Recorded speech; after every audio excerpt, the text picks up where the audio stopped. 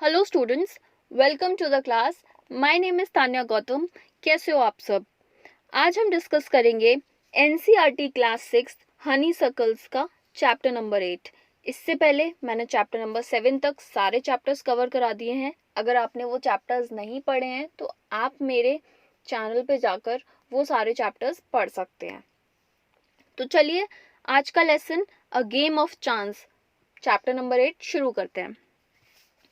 Before you read, have you ever won anything in a lucky dip or other such games of chance? Do you like such games? क्या कभी ऐसा हुआ है आपने कोई lucky draw type का कोई गेम जीता हो या कभी ऐसा चांस पड़ा हो आपका? और क्या आपको इस तरह के गेम्स अच्छे लगते हैं? अगर नहीं तो आज इस स्टोरी में हम पढ़ेंगे इस तरह के गेम्स की रियलिटी क्या होती है। तो चलिए शुरू करते हैं। A game of chance. Every year on the occasion of Eid, there was a fair in our village. Eid was celebrated only one day, but the fair lasted many days. Tradesmen from far and wide came there with all kind of goods. हर साल ईद के मौके पर जो गांव है वहाँ पर मेला लगता है, फेयर यानी कि मेला। ठीक है, ईद तो बस एक ही दिन सेलिब्रेट होती है, पर उसका जो सेलिब्रेशन होता है, जो मेला होता है, वो काफ़ी दिन तक चलता रहता है। ट्रेड्समैन जो हैं, यानी कि ट्रेड्समैन मतलब क्या होता है? शॉपकीपर। वो उस मेले में अपनी दुकान लगाते हैं और बहुत तरह तरह के गुड्स यानी कि चीज़ें लेकर आते हैं वो वहाँ पे। टू सेल, बहुत तरह तरह की चीज़ें बेचने के लिए लेकर आते हैं। You could buy anything from a small pin to a big buffalo. उस मेले में आप छोटी सी पिन से लेके बड़ी सी बफलो तक खरीद सकते हो। Just imagine. Uncle took me to the fair. Bhaiya, who worked for us at home, came with us. There was a big crowd at the fair. Uncle was leading us through the crowd when he met a few of his friends. They wanted him to spend some time with them. जो हमारे author हैं उनके uncle उनको वहाँ पर लेके गए उस मेले में, और उनके घर में एक भैया काम करते थे तो वो भी उनके साथ उस मेले में गए। और एक बहुत ही ज़्यादा भीड़ भाड़ थी उस मेले में, और वहाँ पर जो ऑथर के अंकल हैं उनके कुछ फ्रेंड्स उन्हें वहाँ मिल गए, और वो फ्रेंड्स जो थे वो चाहते थे कि जो अंकल हैं यानी कि जो उनके चाचा हैं वो उनके साथ थोड़ा सा टाइम स्पेंड करें। अंकल ने ऑथर से पूछा, uncle asked me whether I would like to look around the fair with भैया till he came back. I was happy to do that. Uncle warned me neither to buy anything nor to go far out while he was away. I promised that I would wait for him. Uncle जो थे उसके चाचा थे, उन्होंने उस लड़के से पूछा क्या मैं घूमने चला जाऊं अपने फ्रेंड्स के साथ, बस थोड़ी देर में वापस आ जाऊंगा, तुम तब तक भैया के साथ रहो। तो वो बोले ठीक है, मुझे कोई दिक्कत नहीं है, आप चले जाओ। तो जो उसके चाचा थे उन्होंने बोला उसके जो अंकल थे कि कुछ भी खरीदना नहीं, ज़्यादा दूर मत जाना, मैं बस अभी आ जाऊंगा, बस तुम थोड़ी देर वेट करो। तो तब तक वो लड़का जो था, भैया and I went from shop to shop. There were many things I would have liked to buy, but I waited for uncle to return. Then we came to what was called the lucky shop. The shopkeeper was neither young nor old. He was a middle-aged man. He seemed neither too smart nor too lazy. He wanted everybody to try their luck. There were dices on the table with number from 1 to 10 facing down.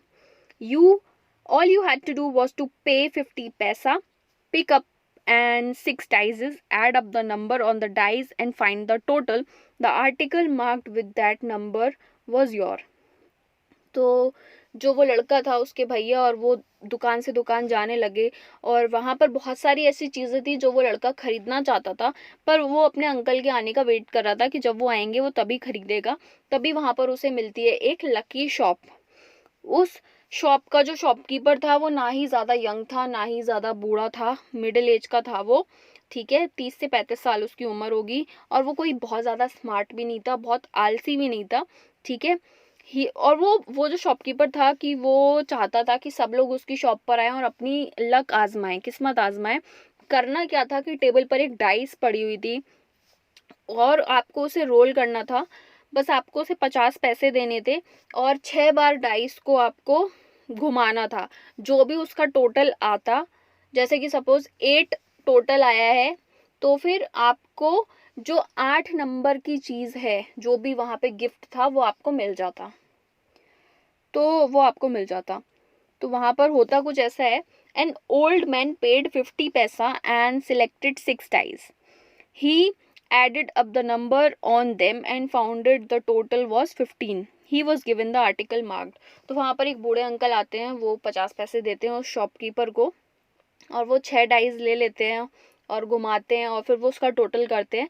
तो जो भी उनका total आता है वो होता है 15। तो जो 15 नंबर का जो सामान रखा हुआ था, जो गिफ्ट रखा हुआ था, वो उन अंकल को मिल जाता है। Which was a beautiful clock, वो एक बहुत ही सुंदर सी घड़ी होती है। But the old man did not want a clock, the shopkeeper obliged him by buying it back for 15 पैसे। The old man went away very pleased। तो वो एक काफ़ी सुंदर सी घड़ी होती है और वो चाहते हैं कि वो जो अंकल होते हैं, बूढ़े अंकल होते हैं, वो घड़ी नहीं लेना चाहते हैं, ठीक है। तो वो शॉपकीपर जो है उनसे बोलता है कि मैं इसे 15 पैसे में वापस ले लूँगा। तो वो अंकल क्या करते हैं, उसे वापस दे देते हैं 15 पैसे में और खुशी से वहाँ से चले जाते हैं। Then a boy a little older than I, एक लड़का आता है जो हमारे ऑथर से थोड़ा बड़ा होता है। ट्राइड हिज लक, वो अपनी किस्मत आजमाता है। He got a comb worth 25 paise. The shopkeeper looked neither happy nor sad. He bought the comb from the boy for 25 paisa. The boy tried his luck again. He now got a fountain pen worth 3 rupee. Then he tried a third time and got a wristwatch worth 25 paise. When he tried again, he got a table lamp worth more than 10 paise. The boy was happy and went away with a smile and a good deal of cash. तो फिर क्या होता है कि एक लड़का आता है उस शॉप पे जो हमारे ऑथर से थोड़ा बड़ा होता है। वो अपनी किस्मत आजमाता है। तो जब वो पहले 50 पैसे देके वो डाइस रोल करता है तो उसे 25 पैसे का एक कंगा मिलता है, कॉम मिलता है। तो जब उसे वो मिलता है तो जो शॉपकीपर होता है वो कोई ज़्यादा खुश नहीं होता, कोई ज़्यादा दुखी नहीं होता है। वो कंगा लेता है, वो कंगा वो उस लड़के से वापस खरीद लेता है वो शॉपकीपर। फिर जो बॉय है वो दोबारा से अपनी किस्मत आजमाता है। वो फिर एक नया फाउंटेन पेन खरीदता है, वो 3 मतलब जीतता है, तो वो 3 पैसे का होता है। फिर वो फिर से अपनी तीसरी बार भी अपनी किस्मत आजमाता है, तो उसको एक रिस्ट वॉच मिलती है जो कि 25 पैसे की होती है। फिर वो एक बार फिर से अपनी किस्मत आजमाता है वो लड़का, चौथी बार, तो उसको टेबल लैंप मिलता है, वो 10 रुपए का होता है। तो जब वो इतना कुछ जीत लेता है और फिर वो बहुत सेटिस्फाइड हो जाता है और फिर वो लड़का खुशी से वहाँ से चला जाता है। तो ये सारी चीज़ें देख के कि वो ओल्ड अंकल इतना कुछ जीते और फिर वो लड़का इतना कुछ जीता, हमारे जो ऑथर है वो भी खेलना चाहते हैं ये गेम।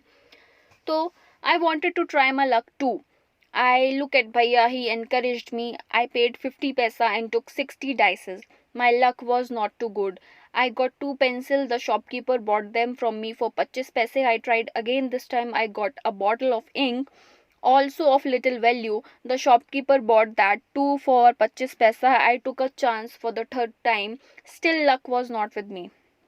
तो जब हमारे ऑथर ये गेम खेलते हैं और उनके भैया भी जो हैं, जो उनके साथ होते हैं, जो उनके घर में काम करते हैं, वो बोलते हैं ठीक है तुम खेलो। वो 50 पैसे पे करते हैं और 6 डाइसेस लेते हैं और अपना लक आजमाते हैं, तो उन्हें 2 पेंसिल मिलती है। तो वो जो शॉपकीपर है वो उन पेंसिल को ख़रीद लेता है 25 पैसे में और फिर वो दोबारा से अपना लक आजमाते हैं। तो उन्हें एक इंक बॉटल मिलती है, उसकी भी वैल्यू बहुत कम होती है, बहुत सस्ती सी होती है। फिर शॉपकीपर फिर से उस चीज़ को 25 पैसे में ख़रीद लेते हैं। फिर तीसरी बार फिर से वो जो ऑथर हैं वो खेलते हैं ये गेम, बट तब भी उन्हें कुछ खास मिलता नहीं है। तो I had a hope of winning a big prize and continue to try my luck again and again, paying 50 paisa each time, but every time I got a trifle.